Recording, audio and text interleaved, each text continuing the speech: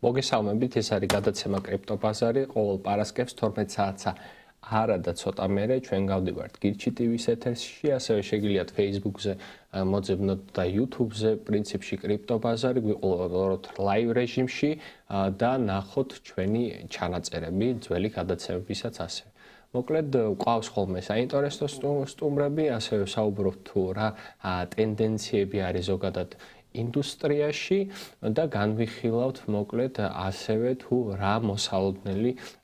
რისკები შეიძლება იყოს პრინციპში ბაზარზე მით უმეტეს ესეთ რთულ პერიოდში. სანამ გადაცემას დავიწყებთ, უშუალოდ შეგახსენებთ, რომ ჩვენი გადაცემის პარტნიორი არის Bitnet. Bitnet-ზე თქვენ ახლა გამოჩნდება QR ლინკი, მოკლედ სადაც შეგიძლიათ დარეგისტრირდეთ ჩვენი რეფერალური ლინკით, სადაც შეგიძლიათ იყიდოთ მარტივად გააყიდოთ, შემოიტანოთ, დაადეპოზიტოთ, ასე ვთქვათ, ბარათებითაც იყიდოთ კრიპტო ძალიან მარტივად და თუ ასევე გაინტერესებთ ფიზიკურადაც მისვლა, მოკლედ ჩვენ ჯგუფში არის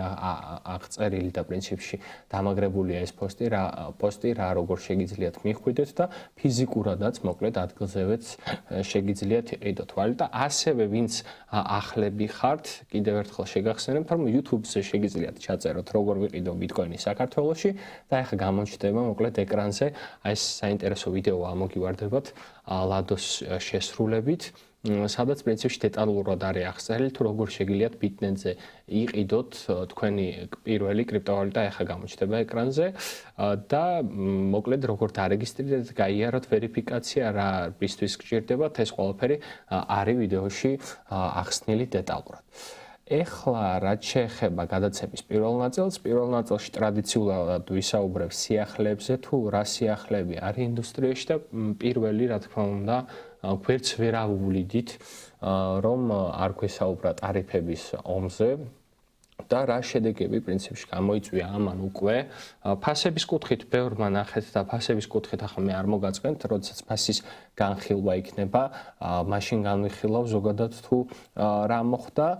მაგრამ ტარიფებისთვის და მით უმეტეს კრიპტოინდუსტრიისთვის აღსანიშნავია აი მალაიზიის, ტაილანდის და ინდონეზიის 24, 36, 32%-იანი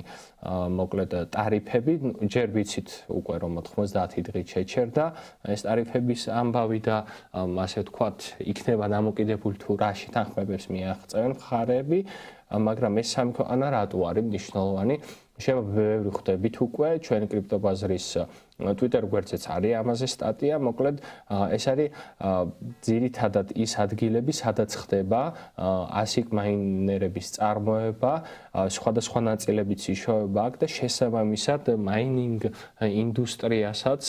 მოუწევს, ასე ვთქვათ, გარკვეული დისკომფორტის მიღება ამ ტარიფებთან მიმართებაში, რომ გავყვეთ საერთოდ რა შიშები არის. ეს შიში სხვათა შორის არ განვიხილია, ეს შიში სხვათა შორის არ განვიხილია თუ რა ხდება ზოგადად ბაზარზე. მოკლედ არის იმის ალბათობაც და საუბრობენ, რომ აი 2021 წლის მაისში როგორც მოხდა ჩინეთმა, როცა დროებით აკრძალა მაინინგი თავის ქვეყანაში, გადაწყობა როგორც მოხდა სხვა ქვეყანებში, დაახლოებით ისეთი სცენარი შეიძლება ვიხილოთ ამერიკის შეერთებული შტატების მხრიდანაც და ესეც ბუნებრივია იმოქმედებს, ასე ვთქვათ, თუ არ ვცდებით 34 თუ 34-დან 40%-მდე სხვადასხვა პერიოდში ვარირებდა, ასე ვთქვათ, მაინერების და მაინინგის სიმძლავრე იყო განთავსებული და ამერიკის შეერთებულ შტატებში და შესაბამისად ეს რიცხვი შეიძლება მკვეთრად დაეცეს, ასევე ფასსაც თუ დააკვირდებით, აი ფასების კუთხით, ვინც მაინერების ფასს აკვირდებით და 24 საათიან ლაივშიც იყო ამას საუბარი,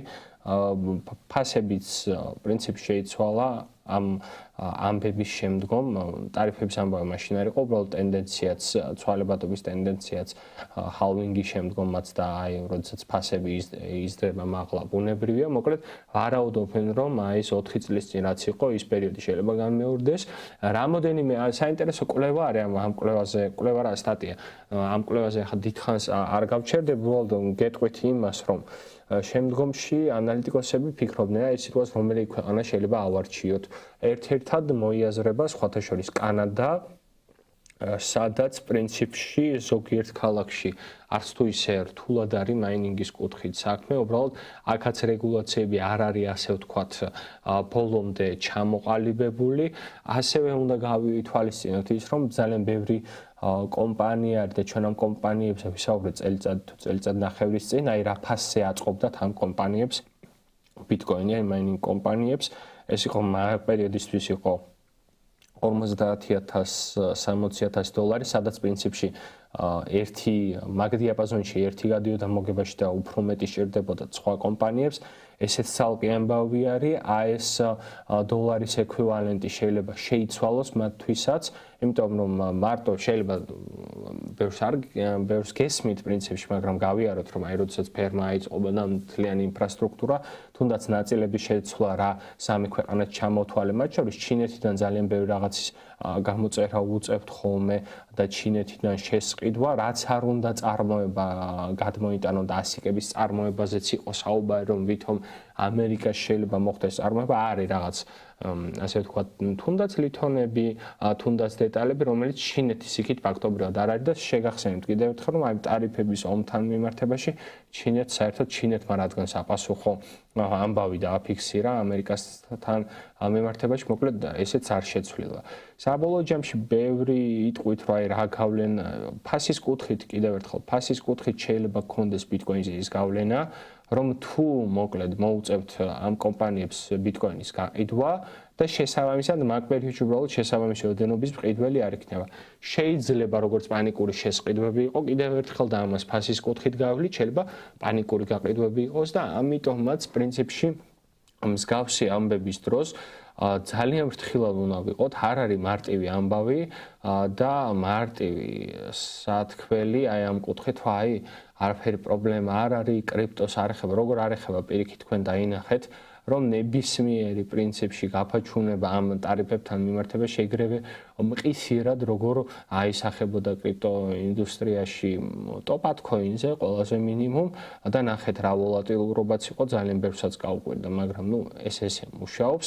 და პრინციპში პირველი დარტყმა ესეთი განცხადებების დროს კრიპტოზე მოდის, რადგან შეიძლება საერთოდ თითქმის ყველა ქვეყნის საფონდო ბირჟები მაშინ დახურული იყოს, ესე შეიძლება დაემთხვეს და შესაბამისად მარტო კრიპტო მიწვნიოს, მოკლედ ის კარგი სიახლე თუ ცუდი სიახლე, რაც შეიქმნება ბაზარზე და რაც მოლოდინებს დაბადებს, დაველოდოთ, მოკლედ საბოლოო ჯამში ბევრი ამბობს, რომ ვინც არ მიყვება ამას პრინციპში ნორმალურად, რომ აი ამერიკაში გადმოვა ყველაფერი და პრობლემა არ იქნება ეს და წარმოებები და არ არის ესე მარტივი, კიდევ ერთხელ ეკონომიკური ჯაჭვების გადაწყობა ძალიან რთული რაღაცა არის და არ ამგონია რომ ამერიკაში ის ხალხი და ის ცხოვრების დონე იყოს, რა ცხოვრების დონეც პრინციპში მას წარმოებასთან არის ასე ვთქვათ მისაღები მოსახლეობისთვის რბილად რომ ვთქვათ, ანუ არის ის თანხები, რა თანხებზეც არის მუშავებენ, მოკლედ ეს მითი პრინციპში, მითი რაღაც კომპანიების შემთხვევაში მითი არ არის და ჩვენ გვინახავს ძალიან ბევრ კომპანიას ჩინეთში ქონია, მოკლედ იმასთან დაკავშირებით პრობლემა სიტყვაზე Apple-ის ქარხანა შეიძლება ყოფილიყო ამერიკაში და იქ რაღაც ექსესები მომხდარიყო, მოკლედ ვიცით როგორ იქცევიან ასე ვთქვათ ჩინეთში და მსგავს ქვეყნებში, როგორ ექცევიან მოშახელს. CEF-ის კუთხით კიდევ ერთხელ სპეკულაციას არ დავიწყებ, მაგრამ იგივე პირობების გადმოტანა ამერიკაში ძალიან გაჭირდება რბილად რომ ვთქვათ და შესაბამისად არ ვიცი, იმედია ეს ტარიფების ომი დამთავრდება იმით, რომ აი მაქსიმალურად დაბალი გადასახადები იქნება ყველასთვის და მაქსიმალურად ყველა მხარისთვის და ქვეყნები ასე ვთქვათ აი ამ მაღალ გადასახადებს შეამცირებენ, მაგრამ სპეკულაციის არეალი სურჩება და სპეკულაციის არეალი ერთ-ერთი ტრამპმა რაც თქვა, პრინციპში იყო, რომ ქვეყნებს შეიძლება პირდაპირ არ ქონდეთ გადასახადები დაწესებული ჩვენს მიმართო, უკაცრავად ჩვენს მიმართ გადასახადებია, უბრალოდ შეიძლება ასე ვთქვათ თავიანთი ვალუტითაც მანიპულირებდნენ და მოკლედ ეს ამბებიც დევს მაგიდაზე და დაველოდოთ, როცა მეკითხებიან ხოლმე რა გაქვს მოლოდინი,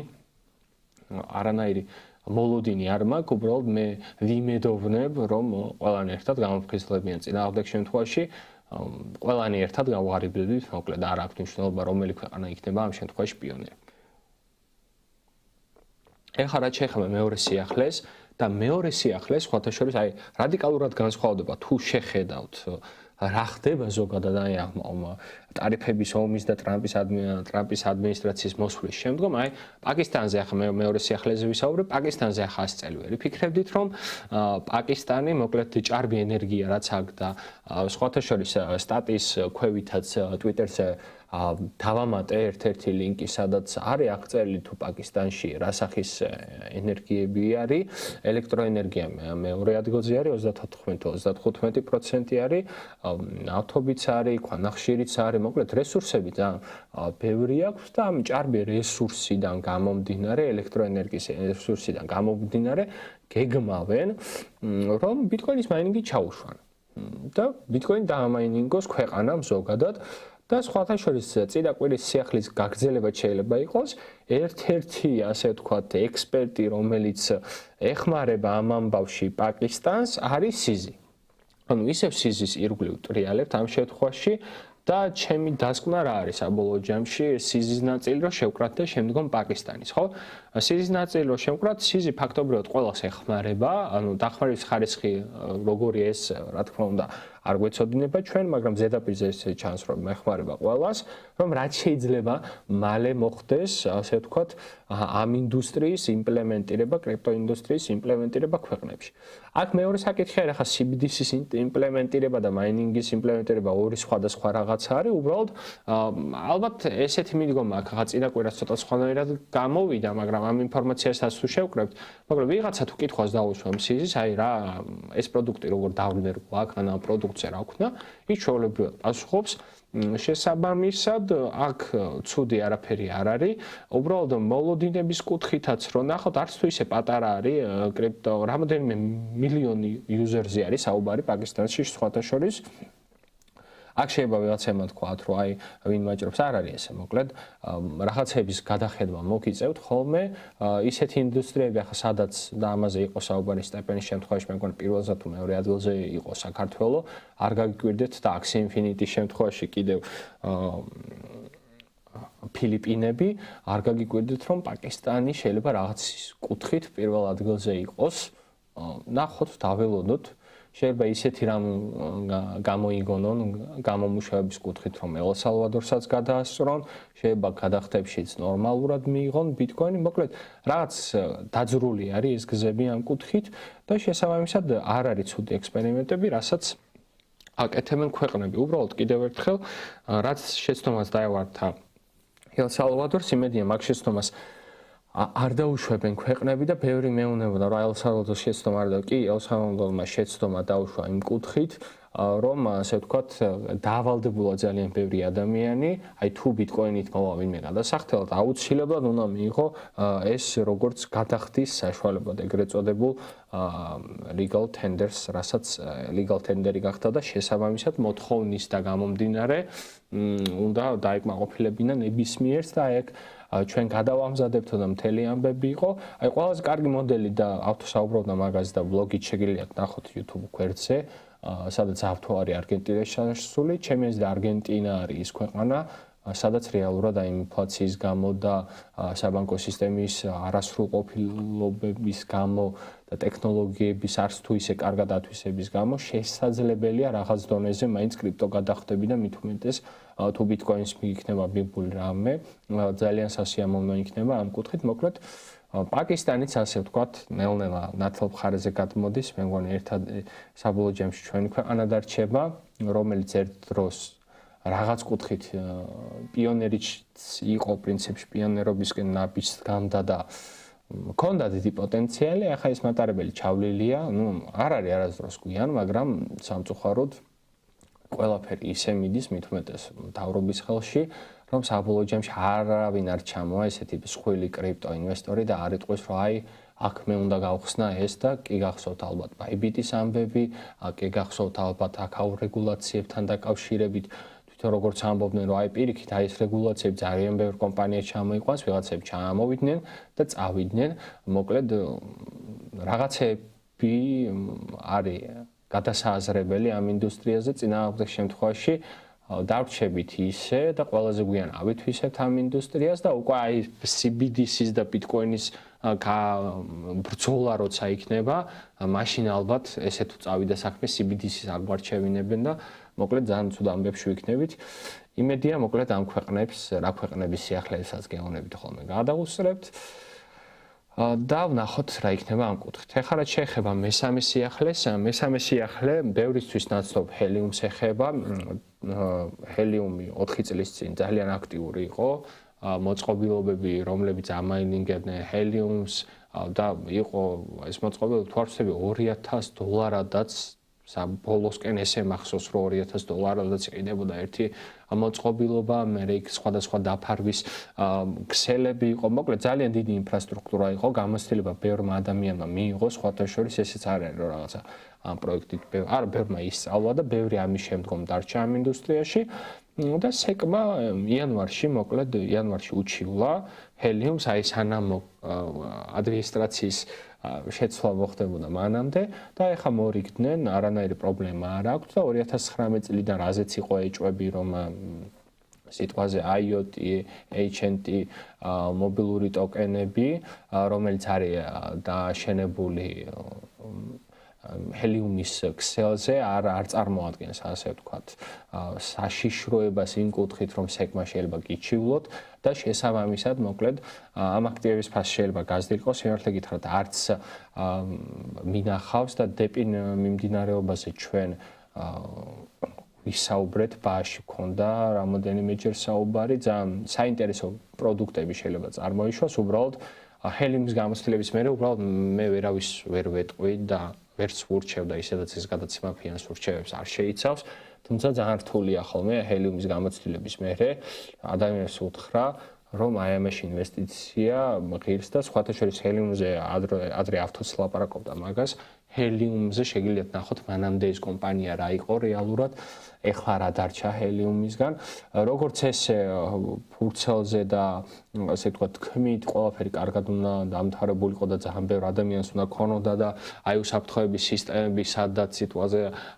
წყალი ან გაზი თუ გაიპარებოდა, ეგრევე გათიშავდა ამ ყველაფერს და ეს ინფრასტრუქტურა უნდა აწყობილიყო, რა ვინმე რამეს იყენებთ, არ ვიცი, შეიძლება იყენებთ და მე არ მაქვს ეს ინფორმაცია, მაგრამ სამწუხაროდ მოკლედ ამ კუთხითაც არსებობს პრობლემები და შესაბამისად ვერ დავიჩემებთ და ვერ ვიტყვით რომ აი ჰელიუმმა როგორც პროექტმა გაამართლა. თუმცა ეს მიმდინარეობაც მე რაღაცას გეტყვით. კი კარგია რომ ძალიან ბევრ ადამიანთან და კომპანიასთან მოკლედ სექს აღარ აქვს პრობლემა და XRP-ს და სექს შორის ასე ვთქვათ შეთანხმება შეიძლება შედგეს. და ახარ გააგრძელონ მოკლედ დავა რაღაცა მსგავს ინფორმაციას გადაცემაში შემოსვლამდე მოუკარი ორი უბრალოდ აქ შეიძლება მეორე უკიდურესობასთან კონდეს საქმე რეალურად კომპანიამ რაღაც დააშავოს და აი ამ ტენდენციაში ვერ მოყვეს სწორად და პასუხისგებლობა აქონდეს აღებული ინვესტორებთან ვერ შეასრულოს და უბრალოდ აი ამ ნარატივში გაძვრეს რომ აი ჩვენს არაფერი არ დაგვიშავებია და ასე შემდეგ იმედია მსგავსი პრობლემები არ იქნება თორემ ეს საბოლოო ჯამში მომავალში მოგვიტრიალდება სულად, მოკლედ. კიდევ ერთხელ ხაზგაუსვამ, თუ დეცენტრალიზების დაბალი ხარისხი გაქვთ, მირჩევნია რომ სეკმა და მსგავსმა ორგანიზაციებმა გაგწუროთ, თუ დეცენტრალიზების მაღალი ხარისხი გაქვთ, თვითონ ადამიანები მოკლედ და სისტემის მომხმარებლები შეაფასებენ რა როგორ მუშაობს თქვენთან და შესაბამისად გამოყენებადობა თქვენ პროდუქციებზე და ზოგადად ამ პროექტებზე იქნება პრინციპში ის ლაკმუსის ქაღალდი, ასე ვთქვათ, რითაც ვიტყვით, რომ ეს პროექტი კაია თუ ცუდი. არის კიდევ ერთხელ პროექტები, რომელსაც არ იყენებს ხალხი და კარგი პროექტებია, თუმცა რას ვიზამ, შეიძლება მომავალში ამ პროექტებმა რაღაც სიცოცხლე პოვონ. კარგი არის ამ დავის დასრულება და ვნახოთ მოკლედ რა როგორ გაგრძელდება. ასე დაწერთ კომენტარებში რა ქოინებზე გაინტერესებთ ინფორმაცია, მაინტერესებს ასევე თუ ხართ ახლა ვინც უყურებთ ის ადამიანები და მერეც დაწერეთ კომენტარებში, ვისაც ჰელიუმის მოწყობილობა გქონდათ, ამაინინგებდით ჰელიუმს და რა გამოცდილება დაგიტოვოთ ამ ყველაფერმა, იმიტომ რომ რომ გამოცდილება, ასე ვთქვათ, მარტო ფინანსურ გამოცდილებაზე არ მაქვს საუბარი, უბრალოდ რამე ხომ არ გასწავლათ ახალი და სხვა კუთხით ხო არ შეგახედათ ამ ტექნოლოგიისთვის და რამე პერსპექტივაში ხომ არ ნახეთ ისეთი, რისი გამოყენებაც სამომავლოდ შესაძლებელია. საინტერესოა ეს აზრი, უბრალოდ კიდევ ერთხელ, როდესაც პროექტებზე ვსაუბრობ, პროექტებთან მიმართებაში თუ ტოკენომიკაზე მაქვს პრობლემა. თანჩენ მეტი არაფერზე არ მაქვს პრობლემა. ვიღაცა ტოკენის გარეშე თუ აკეთებს რაღაცა კარგს, საინტერესოა. ტოკენი შეიძლება უბრალოდ ფულის გამო სჭირდებოდეს, მაგრამ ესეც დეკლარირებული უნდა იყოს, ხო? ეს გამომუშავების მოდელებზე 24 საათიან ლაივში ვისაუბრე და ძალიან რთული არის მაგ ეკონომიკის დაბალანსება, რადგან ფაქტობრივად ეს დიდი ციკლები რაც არსებობს ზოგადად სხვადასხვა ინდუსტრიებში, ეს მალე ხდება, რადგან ინფორმაციის გაცვლა, ასე ვთქვათ, ტექნოლოგიის ამოწურვა, ან ლიკვიდურობა უფრო მაღალია და შესაბამისად რაღაც პროდუქტები, რაღაც ყიდვა-გაყიდვები დაჩქარებულია და ეს ფასზე მოქმედებს. მოკლედ, თუ მოდელები აეწყობა, სადაც წინასწარი ხდება განხილული და ეს წლების მერე შესაძლებელი იქნება, რომ აი როგორ შეიძლება შემინარჩუნოთ ამა თუ იმის რა ქვია ტოკენის ეკონომიკა ისე რომ აფე არ დავაშაო და პირიქით გაწერილი იყოს და ისე ჭკვიანურად იყოს მოგებული, რომ რაც შეიძლება რთული იყოს, მოკლედ ინფლაციის ამბები, მე ამას მივესალმებ, მაგრამ ჯერჯერობით არ ჩანს და ეგ მაქვს ყოველთვის პრობლემა, თორე დანარჩენი ახლა ტექნოლოგიები ძალიან ბევრი ტექნოლოგია არსებობს, სადაც კრიპტოინდუსტრია არის შესული და პირიქით რაღაც ტექნოლოგიები, რომლებიც კრიპტოინდუსტრიაში შევიდნენ და დაველოდოთ, მოკლედ, უფრო მაინტერესებს bear market-ზე რა სამენ ეს პროდუქტები. ეხლა რაც შეეხება გადაცემის მეორე ნაწილს და გადაცემის მეორე ნაწილში უბრალოდ განვიხილოთ თუ რა ხდება ბაზარზე ფასების კუთხით. სპეციალურად პრინციპში ახლა გამოჩნდება ეკრანზე სპეციალურად 24 საათიანი ლაივის, ასე ვთქვათ, ხაზგამყოფი არ შემიცვლია და ეს იყო პრინციპში რისიც ეშინოდათ ადამიანებს და ჯერჯერობით ეს დიაპაზონი გადავლახეთ პრობლემების გარეშე. თქვენ შეგიძლიათ ნახოთ ჩაშლილი მოცულობები, შეგიძლიათ ნახოთ თქვენი ალტკოინები. უბრალოდ ერთს დავამატებ, რომ მსგავსი მოძრაობა არაფერს არ მომტკიცებ,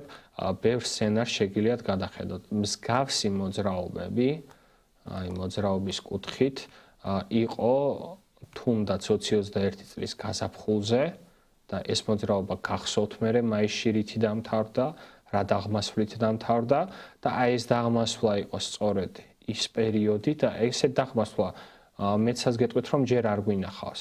ანუ არც ერთი ეს დაღმასვლა აი ამ დაღმასვლის ტოლფასი არ ყოფილა ჩვენ ახლა ჭრდილით შეგვიძლია რავალოთ, მაგრამ არ მინდა რომ ავაჭრელო, აი თქვენ თუ დააკვირდებით და ეს ის პერიოდია, სადაც აი ჩინეთის აკრძალვებზე ახლა რაზეც ვისაუბრე 2021 წლის მაისში, როდესაც კრიპტობაზარი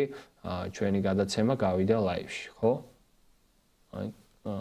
ერთ დღის განმავლობაში -30%-იანი კლებაც კი იყო. ამაზე გვაქვს საუბარი, ხო? და შესაბამისად აი ესეთი -30%-იანი კლებები მერეც იყო და ეხლა ვნახოთ, აი ახლა მსგავსი კლება ბიტკოინთან მიმართებაში არ გვქონია. და ის სცენარი შეიძლება განვითარდეს უპრობლემოდ, აქ არაფერი არ არის პრობლემური, უბრალოდ აქ იყო გაურკვევლობა მაშინაც პრინციპში, რომ აი ფასი გაცდება თუ არა 40,000-ის ნიშნულს და როგორც კი 40,000-ის ნიშნულს გაცდა მაშინაც, კი ნახეთ შემდგომ რა მოძრაობები დაიწყო. აქაც იყო სექტემბერშიც ყოყმანის ამბავი იყო, უბრალოდ ჩაშლილ მოცულობებს თუ გადახედავთ, საბოლოო ჯამში რეალურად სერიოზული ყიდვა-გაყიდვები აქ დაფიქსირდა ვიდრე მაღალ ნიშნულში.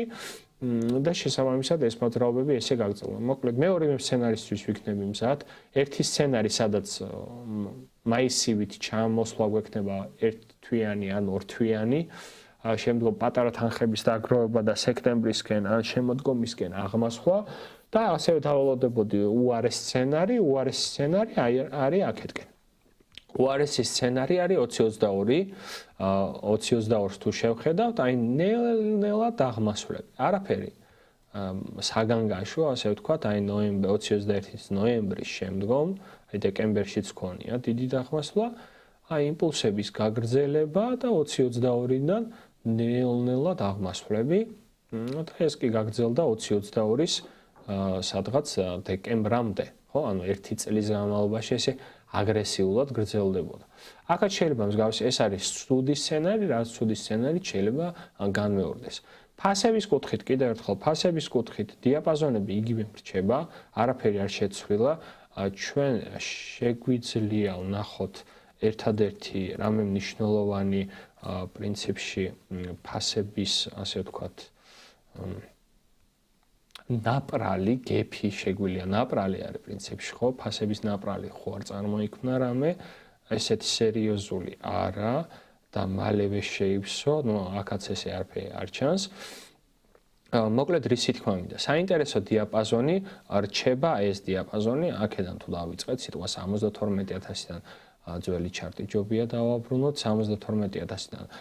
თუ დავიწყეთ შეგვიძლია ასე ვთქვათ 60,000-მდე ჩამოვიდეთ, ამაზე პრობლემა არ იქნება და ამისთვისაც თქვენ ნებისმიერი პორტფელი მზად უნდა იყოს. ტრეიდერებისთვის სხვათა შორის ძალიან კაი პერიოდი იყო და აქვე შეგახსენებთ კიდევ ერთხელ ეს არ დამავიწყდეს, მოკლედ Pixel Academy-ის კურსები თქვენ შეგიძლიათ ნახოთ, მოკლედ Athos კრიპტობაზისების კურსზე რეგისტრაცია ისევ დაიწყო, ასევე ვაჭრობის ბაზისებზე შეგიძლიათ ნახოთ, ვისაც პროგრამირება გაინტერესებთ, მოკლედ Pixel Academy-ის Facebook გვერდზე და პრინციპში საიტზეც შეხვალთ, გადმოხვალთ მოკლედ და დარეგისტრირდებით, აი ნებისმიერ კურსზე შეგიძლიათ გადახვიდეთ. და მოითხოვოთ კონსულტაცია და შეავსოთ მოკლედ ესეც რომ არ დაგავიწყდეთ თუ გაინტერესებთ და შემდგომ ყველა კითხვას გაეცემა პასუხი. ხო, რისი თქმა მინდა, ეს დიაპაზონები უნდა ვიცოდეთ, ახმასვლის შემთხვევაში, აი როგორც დამწყებთათვის ძალიან მარტივია. აიღეთ ასე ვთქვათ სიმეტრიულად რა ხდებოდა აქ აღმასვლაზე, თითქმის ის ფასები, რა ფასებიც და რა ფასებზეც დიდხანს გაჩერდა ესა თუ ის აქტივი, თითქმის ის ფასები იქნება ხოლმე საინტერესო. ახლა ნუ დაანჩენი ახლა უნდა ავარჯიშოთ სიტყვაზე ისტორია ან გამოცდილება უნდა გქონდეთ ეს ცალკე ამბავია, უბრალოდ უცებ თუ გინდათ ნახო, უცებ შეგიძლიათ ესე ნახოთ. რაც შეეხება ბიტკოინის დომინაცია, ბიტკოინის დომინაციას მოგონი პრობლემა არ აქვს. ხო? ეს საინტერესო ფენომენი არის ამ კუთხით და კიდევ შეიძლება გქონდეს აღმასვლები. ბიტკოინის დომინაცია რას ნიშნავს? კიდევ ერთხელ რომ გავიაროთ, ხო? ბიტკოინის დომინაცია არის მთლიან კრიპტობაზრის წილში, რამდენია რა თანხა არის ბიტკოინში მოთავსებული. 63.55% ალტკოინების ჩათვლით არის ბიტკოინში და შესაბამისად ეს არც თუ ისე მცირე რიცხვი არის და ჯერჯერობით ეს იმას ნიშნავს, რომ ჯერჯერობით ისევ ბიტკოინი არის ერთადერთი წამყვანი ვალუტა ამ ინდუსტრიაში და დაბალ ნიშნულებსაც თუ დააკვირდებით თქვენ კვირის ჭრილში, რამე სერიოზული დაღმასვლებიც დაბალ ნიშნულებზე არ ქონია, რაც 10%-ზე და 20%-ზე არ არის საუბარი, ყველაზე დაბალი ნიშნული ყოფილა 38%. ანუ 38% და მანამდე ყოფილა 35%. ხო, ნუ ეს 35%-იანი ჩამოსვლა საერთოდ სიგიჟე იყო. წარმოიდგინეთ, რომ მესამედი პორტფელების იყო ბიტკოინი და დანარჩენი იყო სხვა რაღაც და ეს სხვა რაღაცები პრინციპში შეიცვალა მერე ნელ-ნელა ბიტკოინით, ხო? ახლა შეგვიძლია ჩვენ ნახოთ ბიტკოინი, ეთერიუმი განაგრძობს დაღმასვლას, რა სკერს თუ მიწუდება, ესეც საინტერესოა, აი ყველაზე დაბალ ნიშნულს რა ნიშნულზეც იყო 2019 წლის სექტემბერში. არის ბევრი თეორია ისევ ეთერიუმზე, რომ აი 100% განაკვეთის კლება საბოლოო ჯამში როგორც კი მოხდება შესაბამისად უკვე აღარ გვექნება ამ კუთხით პრობლემა, ასე 100% განაკვეთზე ჩვენ შეგვიძლია ვნახოთ 26 დღესა და 8 საათში გვეცოდინება, დაიკლებს თუ არა 100% განაკვეთი, ჯერჯერობით 64%-იანი ალბათობით არ იკლებს, იგივე რჩება, 35% არის ალბათობა იმის რომ დაიკლოს, ასევე გახსოვთ ალბათ ეხლა რამოდენიმე დღის წინაც გაიმეორა ტრამპარო პრინციპში რომ აი სასწრაფოდ უნდა დავარდეს ასე ვთქვათ 100% განაკვეთი, არანაირი ინფლაცია არ არსებობს ქვეყანაში და ეს ყველაფერი გამოგონილია და მსგავსი ამბები, მოკლედ ამ წნეხსაც როგორ გაუძლებს ჯერომი ვნახოთ და ალტკოინებთან მიმართებაში უფრო მოკლედ დომინაცია არის ჩემთვის დიაგნოზი. ეხლა რომელიმე კონკრეტული ალტკოინი თუ გაინტერესებთ, ნახავთ კომენტარებში. Facebook-ზე შეიძლება გამიჭირდეს ამის ნახვა, შეიძლება არც იყოს. Facebook-ზე როგორც ხედავ, არ არის. ეხლა ვნახოთ YouTube-ზე თუ არა და მოკლედ შევაჯამებ. მოკლედ რა ხდება ბაზარზე, ნიკა პორტფელების აწყობისას შენი კუპერ სალამი, ნიკა პორტფელების აწყობისა შენი პორტფელის რამდენი პროცენტი უკავია ფოტოს, ასევე stables altებს. Bit ინაწილებს საინტერესო თუ გაგვიზიარებს შენ გამოცდილებას, ხო? Ну, არაფინანსური რჩევით, მოკლედ და ის რა თქმა უნდა, ფინანსური რჩევა არ არის. ჩემ პორტფელზე, ანუ კითხვა ცოტა ისეთია, მიხვდით, რომ ეხლა ჩემ პორტფელში რა ხდება სხვა რაღაცა არის, სტაბილური ქოინები ესე არ მაგადადებული, ანუ არის ხალხი, რომელსაც გამზადებული აქვს სტაბილური ქოინები, არა პრინციპში. გაჩნია პერიოდს ალბათ, რაღაც პერიოდი შეიძლება პირობითად დაგეგმილი იყოს შესყიდვა და ერთი კვირის შემდგომ მოხდეს შესყიდვა, ამ პერიოდს თუ არ ჩავთვლით, ბიტკოინი ყველაზე მინიმუმ და თუ დააკვირდებით, შეგიძლიათ ესეთ რაღაცა ქნათ და პრინციპში არ ცდება ხოლმე. აი ესეთ რაღაც შეგიძლია გააკეთოთ, ერთ-ერთი ტაქტიკა არსებობს ესეთი. სიტყვაზე ბიტკოინის დომინაცია თუ არის 35 ან 38 შებრუნებული უნდა იყოს, ანუ 100%-ს უნდა გამოვაკლოთ 38, დაგრჩევათ რა ვიცი 62. თქვენი პორტფელის 62% თუ მაქედან იწყებთ ათვლას, მოკლედ უნდა იყოს ბიტკოინი. ესეთი ამბებიც არსებობს. არის კლასიკური მიდგომა, რომ 50% უნდა იყოს ბიტკოინი. გაჩნია ოღონდ რა ნიშნულებზე არის საუბარი. გაჩნია ასევე რა მოლოდინები გაქვთ. თქვენ არიან ინვესტორები, რომელსაც მოლოდინები აქვთ, რომ აი, სიტყვაზე გაორმაგება მინდა თანხის რაღაც გრძელ ვადაში და შესაბამისად მინდა ნაკლებად თავისტკივილიანი პორტფელი და ამ პორტფელებში 50% არის ბიტკოინი და ამით გვარდება თითქმის ყველანაირი პრობლემა. უბრალოდ ბიტკოინის შესყიდვა 105,000-ზე თუ მოხდა და 110,000-ზე, როგორც 24 საათიან ლაივში ვისაუბრე და ასევე ბევრჯერ მისაუბრე 2017 წლის ნოემბერ-დეკემბერში ვინც იყიდა ბიტკოინი 2020 წლის პრინციპში იანვრამდე და 2020 წლის იანვრამდე არა დეკემბრამდე 2020 წლის დეკემბრამდე ვერ გაყიდნენ მოკლედ პლუსში ფაქტობრივად მოუწიათ 3 წელი გაჩერება ბაზარზე ისე რომ თავიანთ თავს არ ყითხეს ალბათ და შესაბამისად ბევრი ფაქტორი არის და ამაზეც გვაქვს ბევრჯერ ნასაუბარი როდესაც პორტფელის აწყობას ეხება საქმე ძალიან ინდივიდუალური ამბავია ეგ დაახლოებით იგივეა ყოველდღიური რუტინა როგორ უნდა გქონდეთ თქვენ ხო იგივენაირი არის ეს და ცალკე მენეჯმენტის ამბავი კიდევ საინტერესო ლექცია ქონდა ავთოს დათვლებით და გადმოთვლებით მოკლედ 24 საათიან ლაივშიც პირველ ნაწილში იყო და შეგიძლიათ 6 ნაწილად არის 24 საათიან ლაივი დაყოფილი და შეგიძლიათ მოკლედ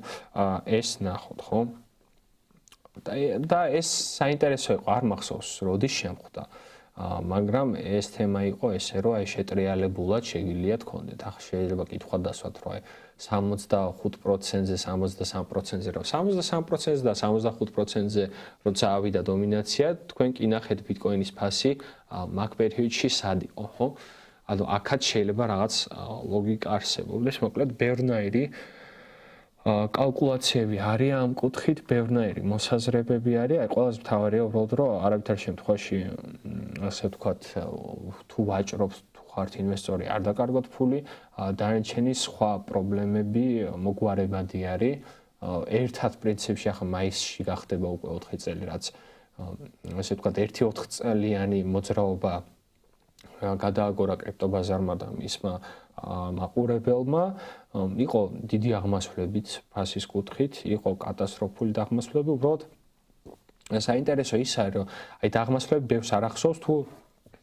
ლიკვიდაცია არ მოხდა, ან დაღმასვლის შემდგომ არ მოუწია გაყიდვა.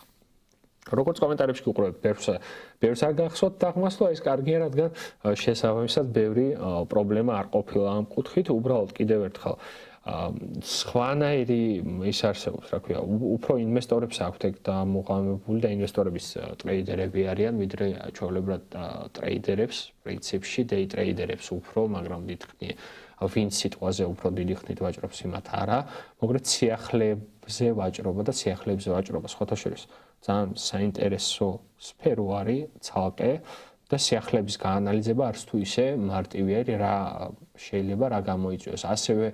ვარჯიში შეგიძლიათ ივარჯიშოთ აიღოთ ესა თუ ის პროექტი დააკვირდეთ ამა თუ იმ პროექტი ანუ არ იყიდოთ მაგრამ თეორიულად თქვათ რომ პირობითად თეორიულად ამ ნიშნულზე მაქვს ეს პროექტი ნაყიდი სხვათა შორის ჯობია რომ ბეარ მარკეტზე ნახოთ რამოდენიმე ეგეთი პროექტი მოინიშნოთ და შემდგომ დააკვირდით აი ამ სიახლემ როგორი მოქმედა შიგნით არსებულ ეკოსისტემიდან წამოსულ სიახლეც, მაგრამ ამ შემთხვევაში საუბარი იმოქმედა ამ coin-ის ფასზე ან განვითარებაზე ან ზოგადად ეკოსისტემაზე თქვენ ადგილზე მოკლედ ამაზეც ვივარჯიშებდი. ასევე კიდევ ერთხელ არ დავიღლები და განმეორდები, რომ ეს არ არის ფინანსური რჩევა, მაგრამ როდესაც ხედავთ, რომ თქვენი coin-ი ორჯერ, სამჯერ, ოთხჯერ არის ფასში გაზრდილი, შესაბამისად რაღაც ამ ხრივ, ასე ვთქვათ, თქვენ risk management-ს უნდა გადახედოთ და უნდა კითხოთ თქვენ თავს, რომ აი ამის შემდგომ რა არის ის ნიშნული, რაც იქნება საკმარისი ჩემთვის. ძალიან ცუდი კითხვა არის, მაგრამ ეს კითხვაც უნდა დავუსვათ თქვენ თავს. ეხლა კიდევ ერთხელ ბაზარზე რაც ხდება, არის დიდი გაურკვევლობა, თუმცა ვინც ბაზარზე არის შემოსული 1 წლის წინ, 2 წლის წინ, ფაქტობრივად მათ პორტფელებს პრობლემა არ უნდა ქონდეთ, თუნდაც ბიტკოინის კუთხით რომ შევხედოთ, რამოდენიმე ალტკოინის კუთხით, ერთ-ერთი ალტკოინი, რომელიც კატასტროფულად გამოიყურება, არის ეთერიუმი